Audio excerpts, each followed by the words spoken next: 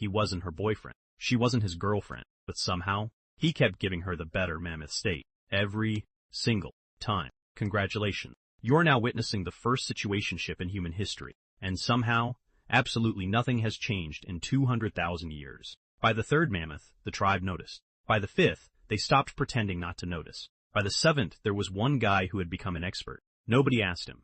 Nobody elected him. But every tribe has that one friend.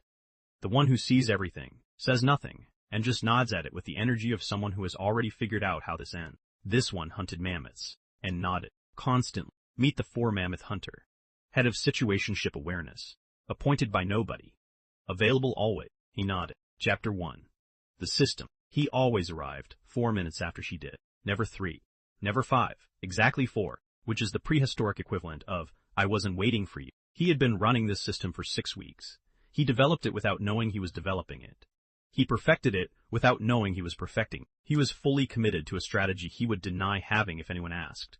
Which nobody did, because the tribe had already stopped asking questions and started just watching. The mammoths knew. The wolves knew. The birds perched on the cave entrance knew. The entire ecosystem of 200,000 BC understood what was happening between these two specific ancient humans. Only these two were still seeing where things go. The Four-Mammoth hunter nodded at all of it. He would tell her tomorrow. Chapter 2. The signals. One evening she shared her fire with him. This meant something. Small gesture.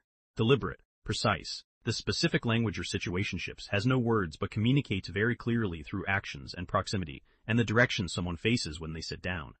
And the Four-Mammoth hunter was already nodding before she had finished moving. 2 evenings later, she shared her fire with someone else. This also meant something. He did not know what it meant. He was now holding 2 data points from a 48-hour window pointing in opposite directions and trying to resolve them into one clear message. He could not.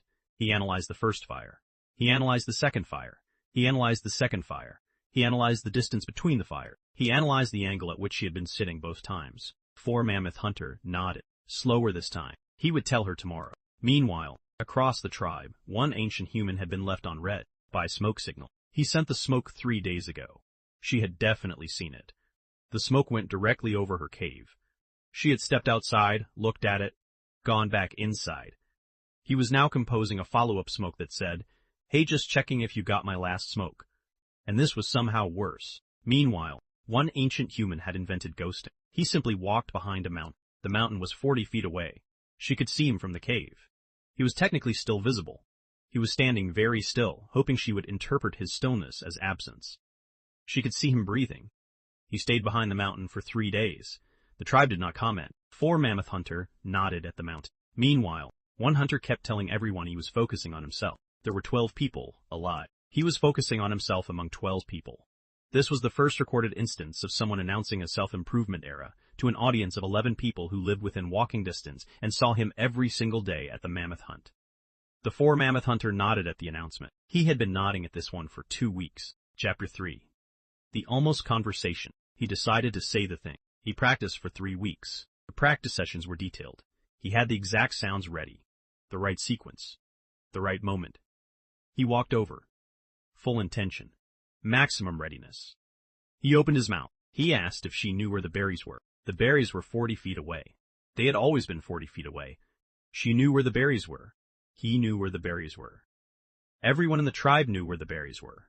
The berries were not a mystery. The berries were what happened when someone had the actual thing fully prepared, and then lost their nerve at the exact moment of deployment and needed something to fill the space where courage was supposed to be. She told him where the berries were. He said thank you. He walked to the berries. He stood with the berries for 7 minutes doing nothing. The berries were becoming emotionally exhausted. The Four-Mammoth hunter watched the entire interaction, nodded at the beginning, nodded at the middle, and delivered a final slow nod at the berry outcome that communicated more disappointment than any sound he could have made. He would tell her tomorrow. Chapter 4.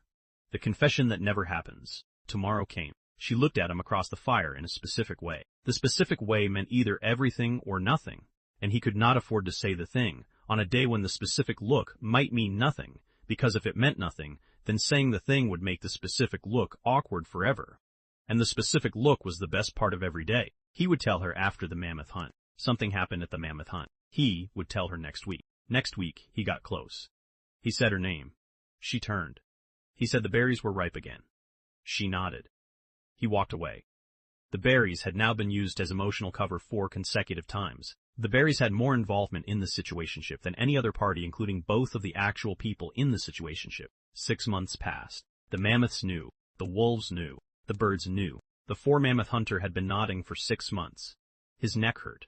He continued nodding.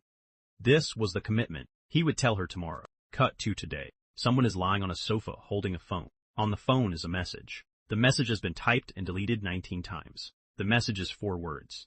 The 4 words are, "What are we doing?" These 4 words have been typed and deleted on the sofa for 40 minutes, and the phone has been put down and picked up, and the conversation has been opened and closed, and Instagram has been opened, and 3 posts from 6 months ago have been liked, which means something, and then Instagram has been closed, and the 4 words have been typed again and deleted again. Humanity has invented agriculture, writing, electricity, the internet, artificial intelligence. None of it helped. In 200,000 BC, he almost confessed. Then asked about berries. In 2026, someone typed, "What are we doing?" Deleted it. Reopened Instagram. Liked 3 posts from 6 months ago. Closed Instagram. Reopened the chat. Typed it again. Deleted it again. Nothing has changed. Not the better mammoth cut. Not the 4-minute arrival.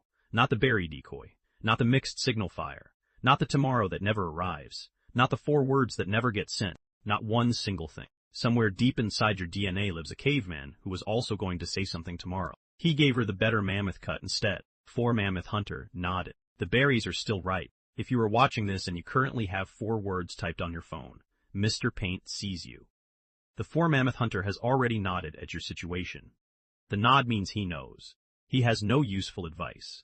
This is the most honest support available to you right now. Hit subscribe because it is 1 click and the alternative is going back to the 4 words. You can send them after this video. You won't. The berries are still ripe.